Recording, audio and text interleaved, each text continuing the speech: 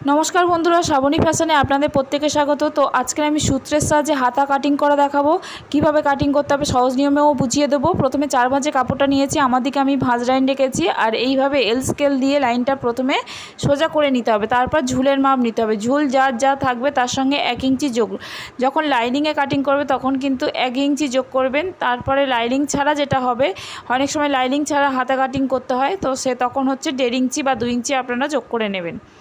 তো এখানে আমার 10 ইঞ্চি হাতা রয়েছে, তো 10 ইঞ্চির সঙ্গে 1 ইঞ্চি যোগ করে আমি 11 ইঞ্চি নিয়ে নিচ্ছি। তারপরে দাগটা আমি এইভাবে কেটে নেব। এবার মুহুরির মাপ নেব, এখান থেকে মুহুরির মাপ নেব। প্রত্যেকের যা মুহুরি হবে, যার যা মুহুরি হবে তার হাফ করে নেবেন। এখানে যদি আপনার 10 মুহুরি হয়, গোলাইয়ে 10 হয়, তাহলে হচ্ছে আপনারা 5 নিয়ে নেবেন, 12 হলে 6 নিয়ে নেবেন, এইভাবে হচ্ছে নিয়ে নেবেন। তারপরে 1.5 ইঞ্চি এক্সট্রা, এখান থেকে কতটা আমি গ্যাপ নেব, এইটা হচ্ছে আসল সূত্র। তো বগল যার যা থাকবে তার 1/4 মাইনাস হাফ। তো বগল যা থাকবে, আমার এখানে বগল রয়েছে 19, 19-এর 1/4 করে যা হবে তার হাফ ইঞ্চি মাইনাস করে দেবেন, দিলে এখানে বেরিয়ে যাবে। তো এখানে আমার 4/25 হচ্ছে, তো 4/25 দাগটা দুদিকেই কিন্তু অবশ্যই করে সোজা করে নিতে হবে, নিলে এইভাবে দাগটা সোজা হয়ে যাবে। তো দাগটা কেটে নেওয়ার পরে এরপরে আরেকটা মাপ নিতে হবে, যেহেতু লম্বা হাতা হচ্ছে, তো সেই জন্য এখানে আমি আরেকটা মাপ 5 ইঞ্চিতে নিয়েছিলাম, সেটা তার সঙ্গে হাফ ইঞ্চি যোগ করে এখানে কিন্তু করতে হবে 5.5 ইঞ্চি মাপটা তুলতে হবে। বডি থেকে যখন আমি মাপ নিয়েছিলাম তখন কিন্তু এখানে 5 ইঞ্চি মাপ নিয়েছিলাম, কিন্তু যখন আমি কাপড়ের ড্রয়িং করার সময় করব তখন কিন্তু 5.5 ইঞ্চি হাফ ইঞ্চি যোগ করে এখানে দাগটা তুলতে হবে। তো দুটো দাগ এইভাবে মিল করে দেবো। প্রথম লাইনটার কাজ করব। তো বগল যা থাকবে বগলের হাফ, তো এখানে আমার বগল রয়েছে 19, 19-এর হাফ হচ্ছে 9.5, তো 9.5 হাফ করে দেবো এইভাবে ক্যারচাভাবে। এইভাবে দেখুন কীভাবে নিচ্ছি, এইভাবে ক্যারচাভাবে নেব। নেওয়ার পরে 1.5 ইঞ্চি যে বডিতে আমি এক্সট্রা কাপড় রেখেছিলাম, সেই জন্য আমি হাতাতেও 1.5 ইঞ্চি এক্সট্রা কাপড় রাখছি। তো প্রথমে এই দাগের সঙ্গে ফিটিংস দাগ মিল করে দেবো। তারপরে হচ্ছে যেখান থেকে কাটিং হবে সেই কাটিংয়ের দাগটা মিলিয়ে দেব।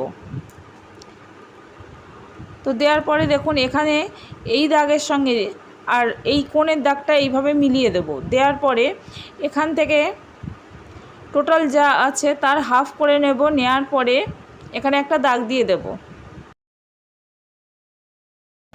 আর এই দাগ থেকে 1 ইঞ্চি বাইরে একটা দাগ দিয়ে নেব, আর এখান থেকে 1.5 ইঞ্চিতে একটা দাগ দিয়ে নেব। এইভাবে করলে কিন্তু হাতার আর ফিটিংস আর বডির ফিটিংস খুব ভালো হয়। তো প্রথমে এই হাতার ড্রয়িং আমি দেখিয়ে দিলাম।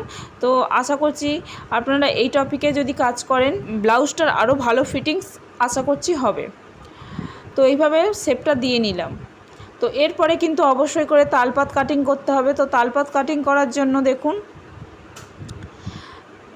যেখান থেকে দাগটা চলে গিয়েছে এখান থেকে 1 ইঞ্চি ভেতরের দিকে একটা দাগ দিয়ে নেব, দিয়ে এইভাবে শেপটা হালকা করে দিয়ে নেব। দেখুন এইভাবে শেপটা দিয়ে নিলাম।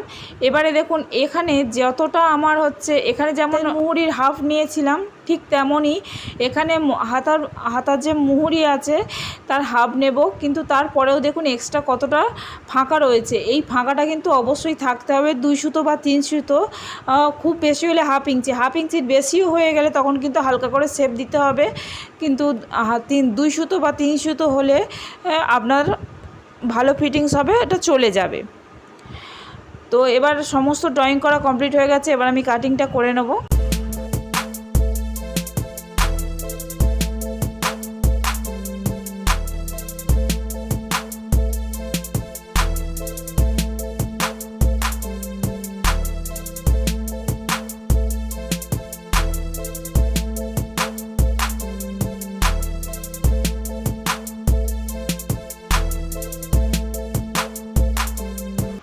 আশা করছি পুরো ভিডিওটা দেখেছেন, ভালো লেগেছে। তো ভালো লাগলে লাইক শেয়ার অবশ্যই করবেন, কমেন্টের মাধ্যমে জানাবেন ভিডিওটা দেখে আপনার কেমন লাগলো, আর কোথাও কোনো অসুবিধা থাকলে আমাকে জানাবেন কমেন্ট করে।